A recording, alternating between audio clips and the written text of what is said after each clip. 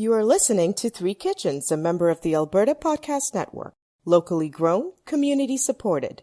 Join your hosts, Erin Walker, Heather Dyer, and Sarah Somasundaram for some good old home cooking. With Pod Power, our sponsors are making it possible for us to amplify the voices of Albertans and Alberta podcasters. This episode, Edmonton Community Foundation is helping us give a Pod Power shout out to Your Forest, is a podcast about the natural world. Hearing stories about the environment, renewable resources, conservation, forestry, hunting, fishing, and more. This is a podcast for those who cannot live without the joys and wonders of all wild things. Find Your Forest wherever you get your podcasts or at yourforestpodcast.com. That's yourforestpodcast.com.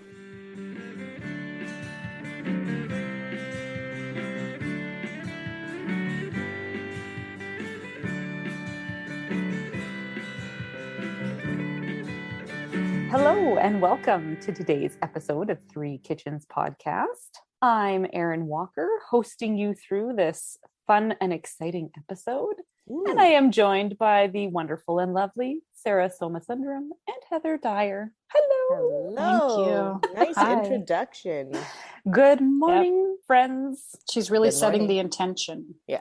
Wonderful. And something Lovely. else we are? Lovely. All the positivity. See? That's right. Mm-hmm. You know, I dreamt that we recorded this episode. So I woke up and I'm like, did we already do this? Did we talk about Erin's recipe? Because I feel like we did. And so it's weird. No. Well, we'll Doing see it. if your dreamt ideas match my ideas then. I don't recall the specifics. Oh. I just feel like we've done this. It's like a weird deja vu moment. Oh, no. So anyway, it's fine. It's fine. It's just a crack in the matrix. That's all. Careful. Don't tempt the universe. And speaking of sort of strange occurrences, well, the occurrence is not strange, but I was going to tell you guys, I don't know if you've seen this. So, you know, Salvador Dali, the artist, Yeah. Big fan. really weird surrealist stuff, right? His art. Well, in 1973, did you know he published a cookbook? No. What? Yeah, Les Dîners de Gala, which is like the dinners of Gala was his wife. And apparently they used to throw these very crazy dinner parties with their friends. I would assume. And people were required to dress up in like costumes. And they had like animals that were roaming around, like wild animals, not wild. They were obviously tamed, but they were like from a zoo or something. Really weird stuff during their parties. And so he wrote and illustrated a cookbook to kind of feature the types of dinners they had laid in there to Gala. And it went out of, I think they only did a small kind of print run. And then, so that was in 73. And then in 2017, I believe it was reprinted. Okay. And wow, like I need to get my hands on that. Crazy shit. I'm So did he draw pictures of the food? Well, it's stuff like this. Can you see? Oh my gosh. So she's got like peas and carrots in her brain. She's got cookies for hair. She's it's her head that's in a bowl of something. Oh my God. Weird stuff. And this is the kind of thing that's in the cookbook. There's one I'm so in particular. excited. I will try to sounds describe amazing. it. Okay. So it's like a plate with a woman. She looks like kind of a Victorian or something style woman with no arms. Blood is shooting out of her shoulders where her arms should be. Fantastic. Her dress is made of lobsters and she's standing on a pile of dismembered dead bodies. Okay. Like that is in a cookbook. That's dinner. What the heck? What's like flying around? Are those worms that are flying around Ew. above her head, or They maybe look like organs? They look like they might be. It looks like a red worm. Gross. Yeah, I don't know exactly what it is. That's where he's lost me. That's where he lost me. Not the dismembered bodies, but the fucking worms. Yeah, and here, like he puts photos of himself into like a painting of like food. Oh my gosh. You know, it's what you expect. So yeah. Oh my gosh. But in a cookbook. And then there's some actual photos of food, which is kind of weird. So okay. but it's all set up in weird right. ways. It's not your typical plating. So it's quite a huge book. I think there's like 12 chapters. And I'll just tell you, like, based on this article I'm looking at in thisiscolossal.com, there's a number. You could just Google it and you'll see a number of articles where people have written about it. Toffee with pine cones, which just sounds Toffee with really pine cones. like what the weird. A bush of crayfish in Viking herbs, whatever that is supposed to mean. Marinated fillet of gilthead. I assume a gilthead is probably some sort of fish, but I mean, like, why would you look at that and go, yeah, I'm going to pick some of that up at the store? Like, just weird. There is apparently an entire chapter on aphrodisiac. I don't see any of those recipes in this article, but I can imagine the kind of weird stuff and weird eye of newt. That's so interesting though. If he had a partner who was, the same as just him as eccentric and enjoyed this kind of stuff, that would be really fun. We should have a masquerade party. Why did that go out of style? Like, I love dressing up, and I like kooky parties. We need to have a Dolly party. Dolly? What's Dolly? Dolly. Oh, Dolly. Oh, Dolly. For some reason, when you said it, I thought like Dolly Parton. Hey, I just heard an interview with her, so that's weird.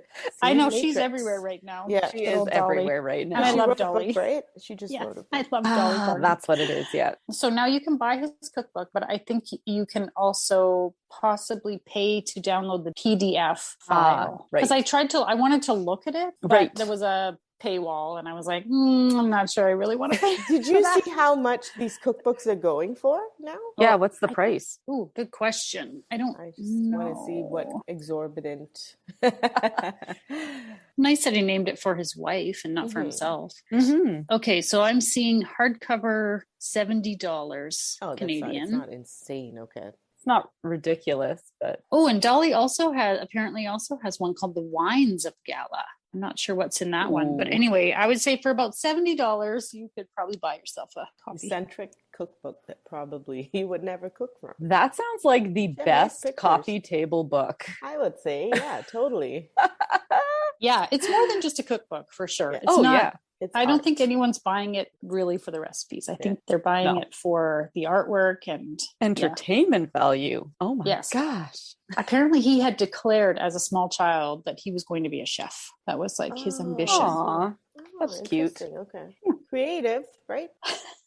He was quite successful. I like people who let their freak flag fly and just go for it. Yeah. All right. Erin's going to actually tell us about some interesting food. I'm not sure how to segue into this one, but I'm going to cook some meat. I'm going to make a recipe that I found on the foodandwine.com website. It's called beef tenderloin with pickled onions and pink peppercorns. Oh, it's beef tenderloin. It is a beef tenderloin. Yum. So I'm really excited because we purchased some meat direct from a rancher. So we got a quarter of a cow. Right. And I remember at one point we got a cut list of all the different things that we were going to be getting. That has long since disappeared. It all went into my freezer. We know how that goes. Yeah. And so we purchased an upright freezer so that we can get access to things better. And as we moved meat from old freezer to new freezer, I came across a tenderloin, which I didn't know I had. Nice. And I was like, ooh, should I go and do the tenderloin that Heather made? Because I really loved that. Which one? The Wellington? The beef Wellington. Yeah. That was so tasty. And I was like, I'm going to do that. It's going to be great. And then I came across this recipe, in addition to the fact that I have a bottle of Rosé wine that I don't know what to do with. Besides drink, which she doesn't. Besides, I mean, I'm sure you can drink it. I'm sure you can. I'm sure that's what people generally do with a wine. Because that's not my bag. I started Googling how to cook with rosé. And then I realized, I don't know what the heck rosé even is. So it is not the pink lemonade of wines. The story of pink lemonade is that somebody dyed the lemonade pink with like their clothes. It was just regular lemonade that like... Ew, that sounds terrible. Throw a red sock in there? They put a red sock in essentially.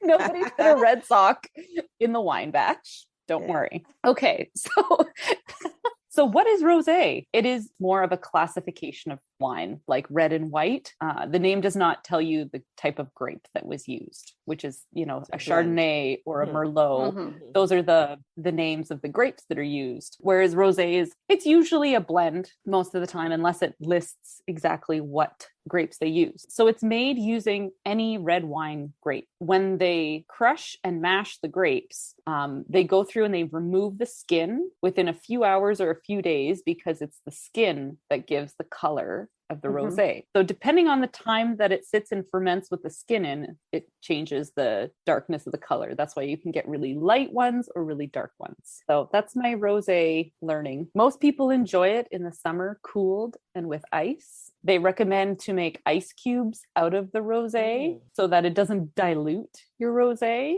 when you're enjoying a glass in the sun. I don't like water ice in my wine. No. But chilled wine will be nice. Chilled, yes. Yeah.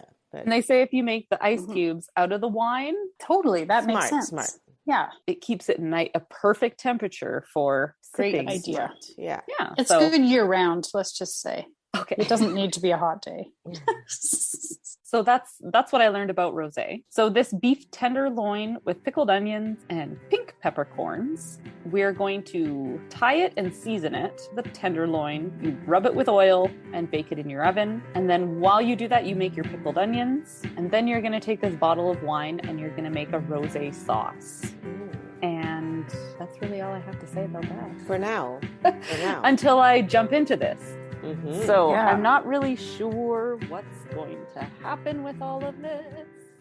This episode of Three Kitchens is brought to you by ATB. At ATB, we make banking work for you. With expert and practical advice in everyday banking and investment planning expertise and management services with ATB Wealth, you can be confident that you're making smart choices when it comes to your money. We have a history of doing what's right for our clients, especially when times are tough, because ATB was built to help Albertans. For more information, visit atb.com. All right. Well, welcome back, everybody, to this tenderloin rosé experience. This was like really scary to do. I just want to say I had stopped by Heather's before I cooked it, and I was discussing how I was freaking out about cooking red meat because lately my red meat meals have been a failure, and my kids have let me know that. Oh, they're such lovely little people, aren't they're not the gentlest when it comes to giving their criticisms. Let's just put it that way. No, kids are always very blunt. Why didn't you make the nice moist meat, Mom? Yes, I tried to make this terrible. Right. Come on, guys. Anyway, I'm happy to say that this was a successful first beef tenderloin cooking process for me. So I will cook a beef tenderloin again. Please do. Okay. We're starting right there. I'm starting right there. Because we get these cuts of meat from the farm butcher dude guy. That guy. Oh, that guy. Right. I know that guy. He's great. Actually, I know a gal who knows a guy, so I don't even have a connect. Anyway, Right. So I thawed this out in the fridge overnight. So I opened it up and realized it wasn't tied yet. And I was like, oh, so I get to learn how to tie a piece of meat. So luckily I had cotton string or butcher's twine. It just is anything that's 100% cotton. And I looked up online and I watched Martha Stewart talk about how she just loves, it's just so much fun to tie up a tenderloin. Right. It is? Martha Stewart Sure. is just, I think I get her quirkiness more and more as time goes on. Yeah, Anyway. I like her more and more, Yeah. for sure. Yeah. Oh. Anyway, she had this great video just saying how much fun it was. So it actually was pretty easy to do. So did you tie it up into a log then? Yes, it was a nice tender log. There's a picture, so maybe that will help. The point of tying it is because the end can be kind of a smaller size than the other end, and you want it to be kind of uniform so it cooks roughly at the same, so that it can cook more evenly, and you don't have that little end that's going to be overcooked. Yeah, because it's smaller. Thank you for explaining that. And that's all I know about that. I know Martha would probably explain it better. And how much fun that would be. And Martha, it's very fun. I'm sure she was sort of like fun. Such an so enjoyable fun. thing to do. Because she's so like calm. Like this is so much fun. Yeah. Yeah. She truly That's enjoys. really what it is. Yeah. At this point, it was mostly thawed, although I could tell it was still semi-frozen in the middle. And so Right. I just salted it, let it sit on the counter for most of the day just to come to temperature and totally thaw. So while your meat is sitting there and the salt is dissolving into it, you want to start making your quick pickle with your onions. So just in a bowl, you mix together raspberry vinegar, sugar, and salt. Mix that up until it dissolves. Slice up your onions, pop them in there, and they just sit on the counter, and it says stir frequently. It says you should let them sit for about an hour. So it was probably hour and a half, 2 hours, whatever. They just sat on the counter and pickled as I did the rest. Okay. I feel like the anxiety I had last night while I was doing this. I was so anxious about this.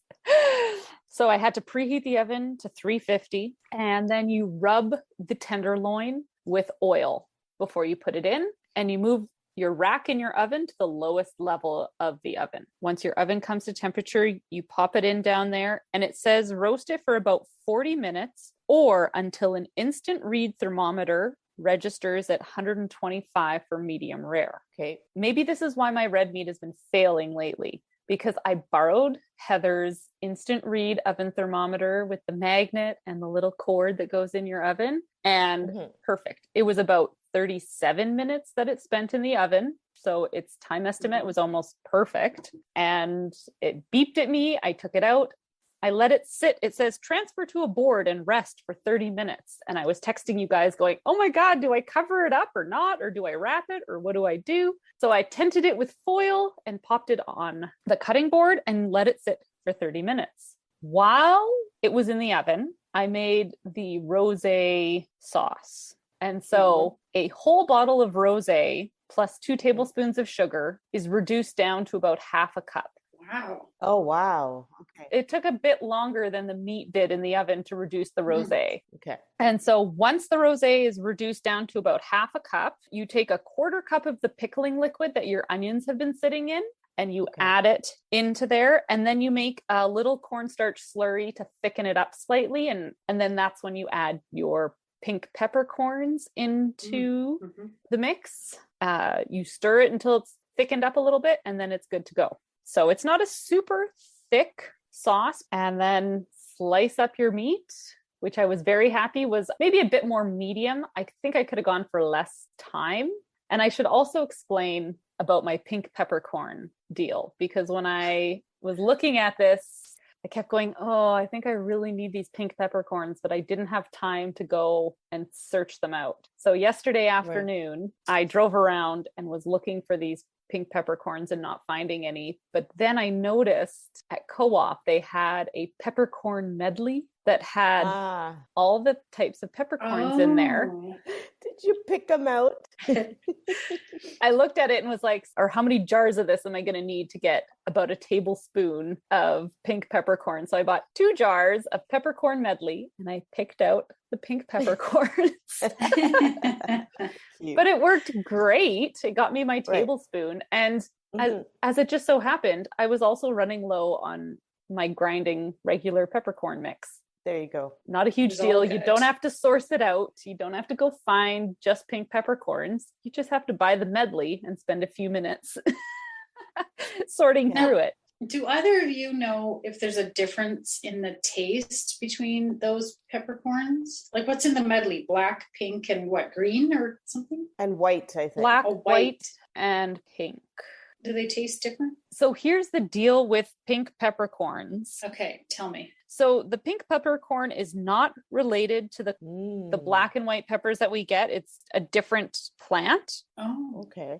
So they just resemble peppercorns. They're actually not a peppercorn. They have a peppery flavor, but they're members of the cashew family. And if you have a nut allergy, don't eat them because it will cause interesting. Okay. people who have tree nut allergies. Okay, so it's not really a substitute. You can't really sub regular peppercorn and have it taste the same because it's not a peppercorn. It's not a peppercorn, although it does have a peppery flavor. Right. And I would say I was crunching and biting them, and they were a lot milder. They had the peppery flavor, but they weren't making me sneeze, because pepper makes me sneeze usually. Right. But I didn't know if it was because they were in the sauce, like maybe they had cooked a bit and that changed them somewhat. Because I don't think I've ever had a pink peppercorn in anything that I'm aware of. And so I wasn't sure because you're just crunching on those things. And it wasn't like a hit of like, No, it was pepper. very mild pepperish flavor. Very mild. So, yeah. But it reminded me a lot of white pepper more than black pepper. And it okay. was so tasty. Yeah. Yeah. So there you go. That's your Wikipedia lesson on pink peppercorns. Nice. Thank you for that. And you can just pick them out of the spice mix. Well, they shouldn't fool people by putting those in the peppercorn. They shouldn't call it a peppercorn. You should call it something else. How many people would know Right? that it could be a tree allergy trigger? Yeah, Yes, that's exactly. very Kind of dangerous. not good. Mhm. Yeah. I ran these over to you last night because I was so excited. I gave you both a cut from each end of the roast. So the one side that was the thicker side and then the other side that was thinner. So one was the redder, more medium cut. And then the other one was what I would call it pretty well done on the other side. So I open the floor up to you. So I thought the meat was well done, but it was so beautifully cooked. This is what has surprised me about beef tenderloin from both of you. When you made the Wellingtons, Heather, and what you did this time is that even when it's cooked more, it's still tender. Yeah. Like I really love that. And then the onions and that rosé, oh my God, it was just decadence for me. It was so good. It was like sitting at a restaurant and eating restaurant quality food. I loved it. Loved it. Little golf clap for you, Yeah. Erin. Or we could do snaps like for poetry because if that was poetic. Cheesy. No. But so I recently made pickled onions. Yes. A few weeks ago for Super Bowl. Yours was so much better, and I'm definitely going to use that recipe because the one that I made had lime juice in it, and I don't really like that taste. But what you so good. It was the raspberry vinegar. It's a raspberry flavored red wine vinegar. And a red onion. And the red onion is I think that makes a difference. It's not a white onion. I used a red onion too, but the lime didn't work out for it. That raspberry vinegar was so good. I really totally liked open that. a restaurant. I have one dish to serve.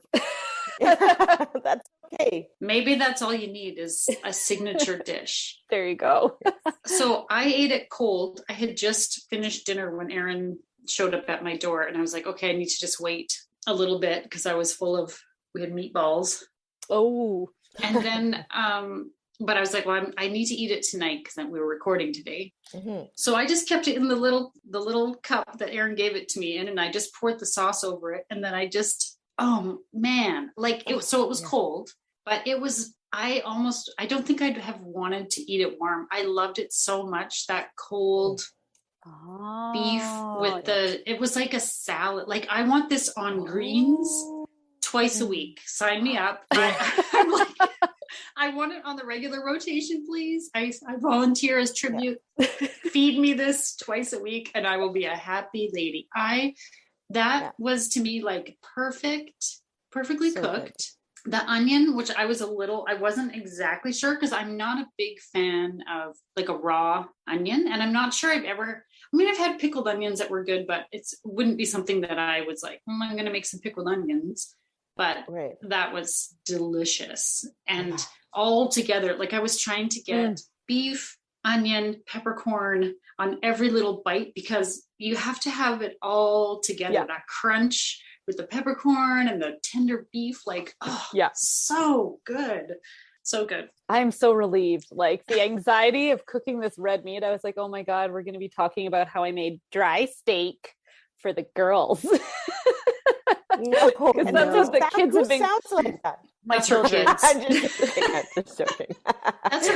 That's her voice for her this children. This is a dry steak. It was so good. This is like, What did you serve it with? I'm curious. Oh, I just made mashed potatoes and some green peas. Just like really simple stuff on the side. I think for summer with a salad, like I think you're completely right, Heather. That's so good. A salad. I would want to cook it a little bit less. Yeah. Because just a little. It could just be a little bit more red. And to put that, like you said, on a salad. Oh yeah. And that sauce is the dressing. Like you don't need any. No. Yeah, that's right. That's right. Yeah. It's like a vinaigrette. Like it was, I didn't know what to expect of the rosé as a sauce. I was like, what is that going to be? And you'd think when you say you reduce it, that it might be thicker, like it more syrupy, but it really, it wasn't at all. It was like a vinaigrette. It was, totally vinaigrette. Again, I would say get that instant read thermometer. This is why I think I've been failing on the red meat is because I don't know enough to really understand the different cuts and the cues that I'm going for. I need that thermometer to tell me, take it out. Yeah. Right. And I think even take it out before it beeps, like keep an eye on it. Yeah. And take it out a few degrees before, because as it sits, it continues to cook, right? As you take it out. Right. So take it out a little bit ahead, and you have to kind of play around with that, I think, to figure out at what point you want to take it out. But I found, like with the Wellington, I wished I'd taken it out just a little before it hit that temperature, because it continues to cook a bit. Yeah, I noticed like by the time I got it up onto the stove and I was putting it on the board and stuff, the thermometer was already reading like 128, 129 as I took it out. Like and I was like, I know you're still cooking. I was really afraid that I was going to cut into it and I was going to have to scream out, "It's not even cooked, you donkey." It's raw, you donkey. It's raw. It's running off the plate. No, it was perfect. It was so good. It was so good. I'm writing all this down because I've got 2 pieces of tenderloin in my freezer. And I love the idea of it being with the salad. So I think go to foodandwine.com. And if it takes a full bottle of rosé, then I better buy 2. Because I was like, well, how much of that did you drink? Because you have to have been drinking it while you're making. I feel like you need that while you're making this, especially when you're so stressed. I know you don't drink, but I would have been having the glass of wine as it's in the oven and I'm just waiting to see what happens. Yeah, I'm pretty excited that we just ordered a new shipment of meat from the gal who knows the guy. I know I've got another tenderloin coming, so I'm gonna try something different with it. Oh, are you? Okay. Like I really thought there had to, because the Wellington had so much going on it. It had that mushroom sauce, it had the prosciutto wrapped. I thought like, oh, that's why Heather was so good and so juicy and tender. Like I really thought like, what do you mean just salt and pepper and oil? It would have been good even without the sauce, but I think the reason the meat was cooked so simply is because you had that sauce and the pickle. Like the pickle kind of like just stepped it up, right? Yeah. It was all the little things that were added to it that made it that little extra special. So get yourself a couple bottles of rosé. Yep. Go make this recipe and put it on greens and have it on your back deck as soon as it warms up outside with a nice chilled glass of rosé with it. With your rosé ice cubes to keep it nice and cool. Yeah. Oh, you ladies. I really do have to set up this patio now. Yes. And now for the fine print. We at Three Kitchens gratefully acknowledge we are telling these stories in the traditional territories of the Treaty 7 nations in southern Alberta and the Métis Nation of Alberta, Region 3. We honor the rich tradition of oral storytellers on this land who have come before us. You can find pictures and recipe links on Instagram and Facebook at Three Kitchens Podcast. If you like and subscribe on your podcast player, that helps more people find us. That meat is the best meat ever!